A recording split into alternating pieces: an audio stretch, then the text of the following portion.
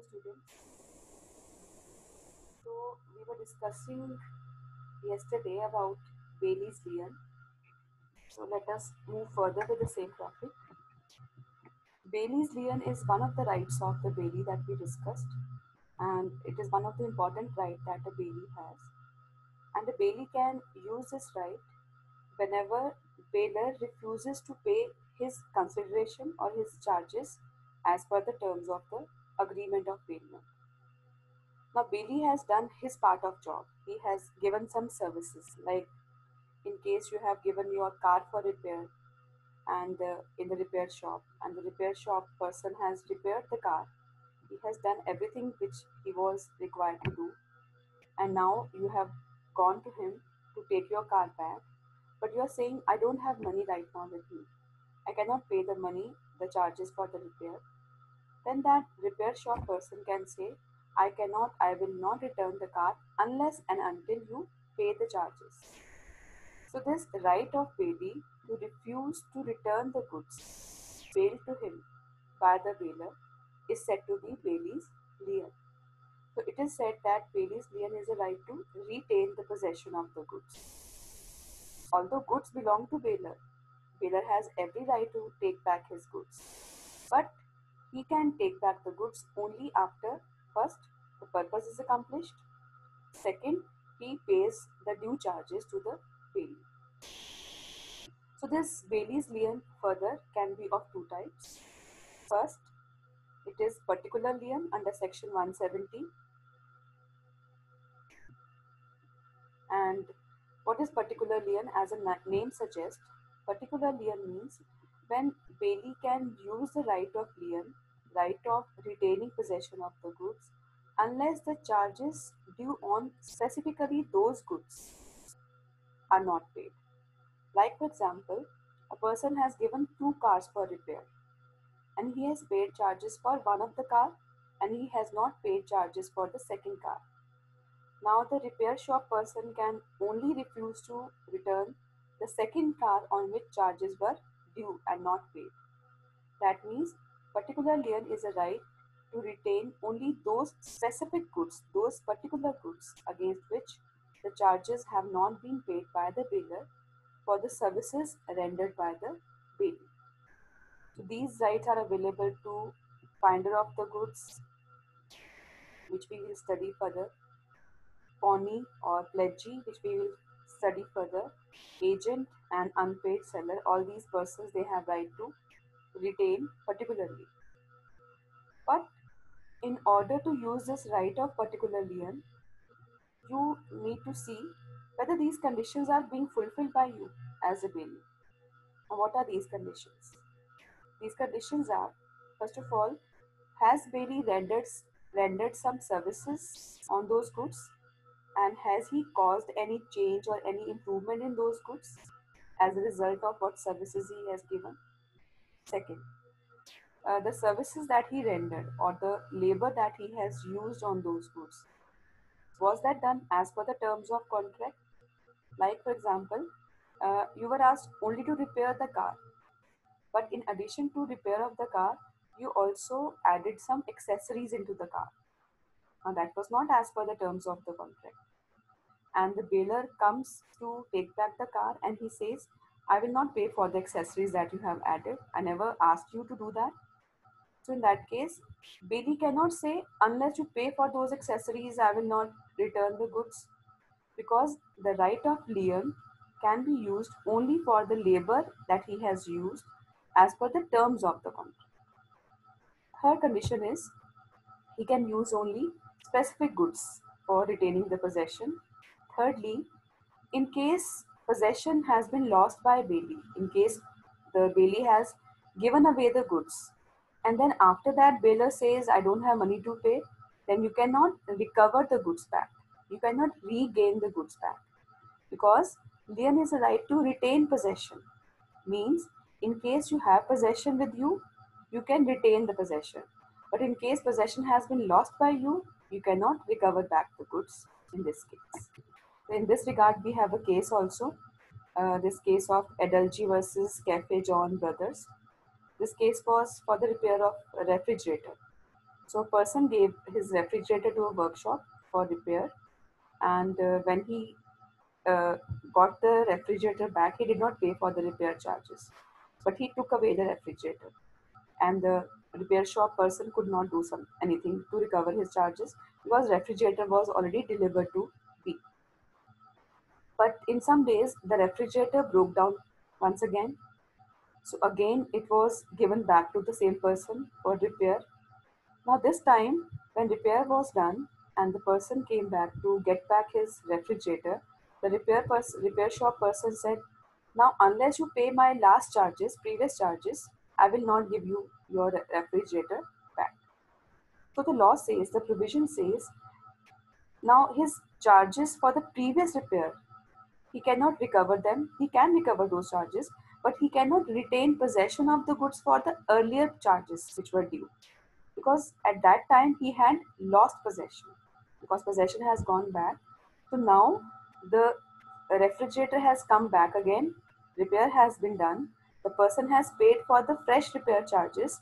You cannot refuse to return the refrigerator now. Now coming back to the other conditions, the next condition says a right of lien can be used only if you have completely given the services. If you have done the complete job, if some repair was pending, if some task was pending, then you cannot use the right of lien. So you should have done your part of job completely. Next is this lien can be used only in case the charges were due, and in case the contract was contract to on credit basis. That means it was already fixed that the charges were not paid now, they will be paid in future, and the services were to be rendered on credit. Then you cannot use the right of lien, because charges were not paid, because charges were not supposed to be paid. They were to be paid afterwards because it was a deal on credit. And lastly, a right of lien can be excluded by an agreement to the contrary.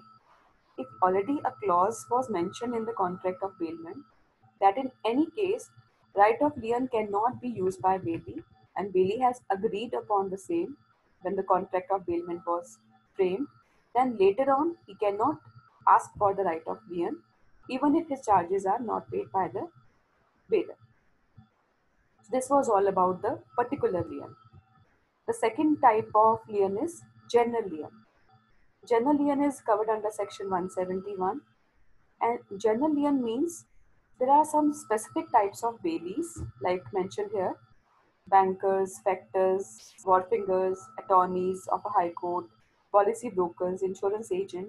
They have this special lien available with them. They also have this lien, but this lien is general lien. Now, what is this general lien? General lien is that in case certain baileys, they have charges to be recovered on two different kinds of goods. Against first category of goods, charges have been paid for. On the second category of goods, charges are not paid for. And in this case, if the baileys are bankers, factors, etc., then they can refuse to give away both the category of goods against which charges have been paid, and also against the other one on which charges have not been paid. So whether you pay for the charges of certain goods or not, all kinds of goods which belong to you will be retained in case the bailee is either the banker, factor, or the policy brokers, etc.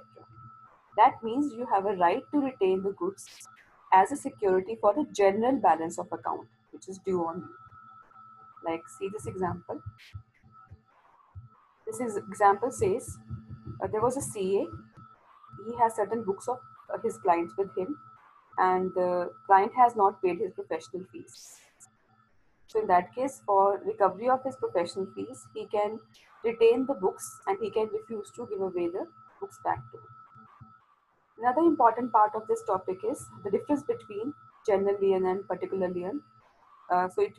Even if it is not asked in the question, you are supposed to add in your answer.